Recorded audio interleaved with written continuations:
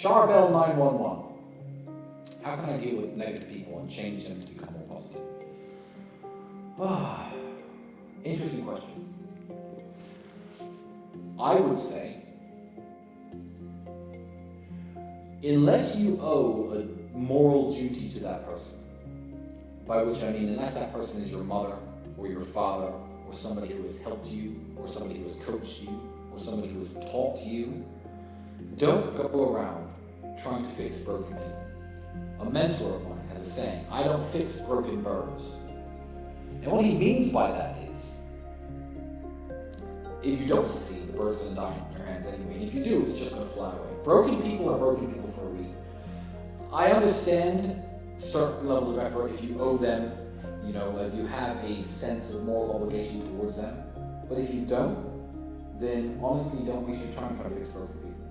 There's no hope for a lot of people in the world. And a lot of people in the world are never going to make it, and they're never going to escape the mindset that keeps them in the matrix.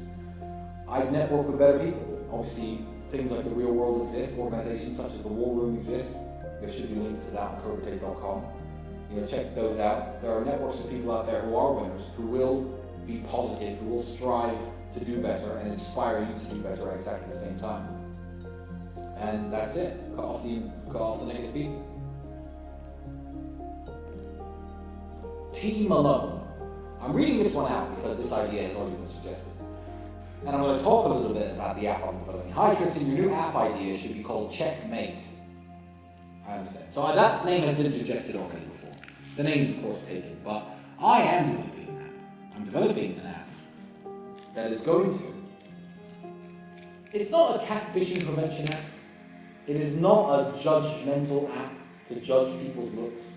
What it is a photo accuracy rating app where people you've interacted with in real life, you'll be able to rate how accurate their photos are, how accurate their body is to the body in their photos, how accurate their face is to the face in their photos, how accurate their age is to the age they look in photos. See, I think that's a very interesting app, how accurate their height is to how tall they say they are or look in photos.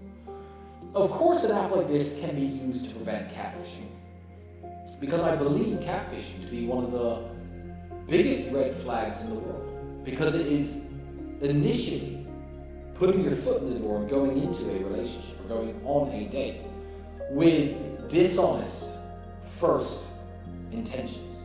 If a woman is 10 out of 10 on a dating app and she shows up and she's an 8 out of 10, she may well still be pretty, but she has intentionally tried to deceive you from the first step. If a man on his Instagram profile looks like he has a wonderful, fun lifestyle, he's standing next to Lamborghinis and Rolls Royces, and he turns up and picks you up in a Toyota Corolla because that's what he has, he's intentionally trying to deceive you. And I don't think that is a good premise to start anything serious from. So yes, the new app I'm developing, Checkmate, is a name that has been suggested to me already, as well as a bunch of other names.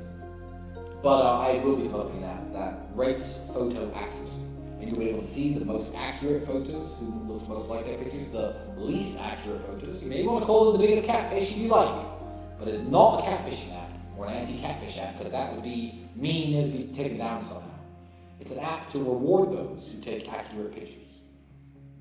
So this is coming up to the end of the hour. I want to read a little statement about self-analysis. Because if there's one thing me and my brother teach, and we like to preach, is accountability. Now, accountability of oneself comes from the analysis of oneself and one's own actions.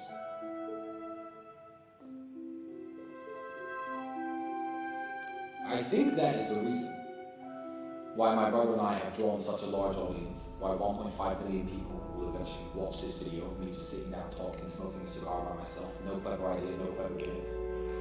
Because I believe people actually listen to our content and make positive changes to themselves.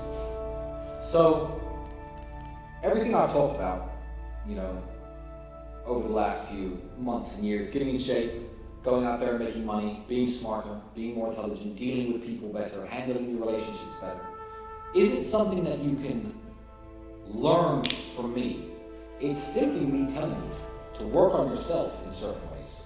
And so many millions of people have written me and my brother and told us about the positive impacts that we've had on their lives.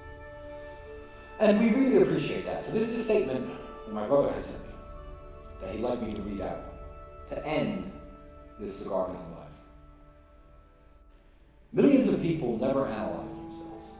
Mentally, they are mechanical products of the factory of their environment, preoccupied with breakfast, lunch, and dinner, working and sleeping, and going here and there to be entertained.